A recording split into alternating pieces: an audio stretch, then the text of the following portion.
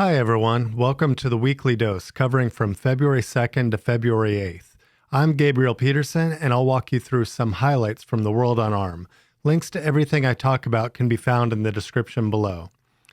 Kevin McAleer put out a step-by-step video titled Creating a Supercomputer with a Raspberry Pi 5 cluster in Docker Swarm.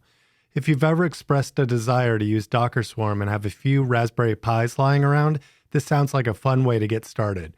We have a handful of Pi 4s in the studio right now that aren't being used, so we may have to try this out ourselves. There were 3 great blog posts on community.arm.com. The first, where Ray Chong writes about optimizing and maximizing performance for Storage Performance Development Kit NVMEs over TCP. Next, Mark Meunier gives a high-level overview of how FortiGate virtual next-generation firewalls and ARM Neoverse-powered AWS Graviton 3 instances can increase security without sacrificing performance. And for game developers out there, Peter Hodges has an informative post about how you can use variable rate shading for optimizing game graphics. If you're looking to squeeze out some additional performance, make sure to give this one a read.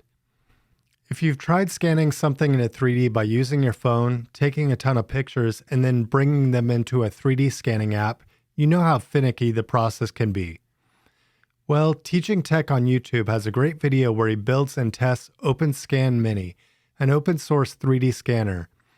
It's powered by a Raspberry Pi, and the majority of the parts are 3D printable. Considering the quality of the results he showed, I really want to try this myself. On RaspberryPi.com, Ashley Whitaker writes about Team Ampera's entry in the Formula SAE Brazil competition. Their car drives completely autonomously and is powered by a Raspberry Pi 3 Model B. As she points out, they are the first autonomous car to participate in this competition. Hopefully, we see more autonomous vehicle races. It would be awesome to watch a Formula One style race where we're rooting primarily on engineering teams rather than drivers. User Mike Likes Robots on YouTube has a video that shows how to control the PWN chip that drives the JetBots motors using I2C. For those wanting to learn more about I2C and pulse width modulation, this is a solid resource, especially if you already have a Jetson Nano lying around. I keep stumbling upon various JetBots online, and it's really making me want to get my hands on one. Sometimes you just want all your notifications to be paused for a while so you can have some peace and quiet. Ben Everard shows off a cool build by Guy DuPont on Hackspace called Mailblocks. It's a replica mailbox where they can place their phones on the inside and it will pause all notifications, and only once removed will they receive them.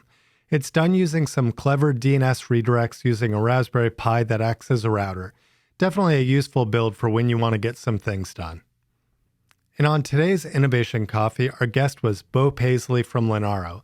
In it, our hosts Robert and Michael spoke with him about Linaro Forge specifically and high-powered compute in general. It was a really fun episode, so make sure to go and check this one out. Lastly, I'd like to congratulate everyone at ARM for the record-breaking quarter. There are so many out there realizing the benefits of building on ARM, and I'm loving what developers are doing with it.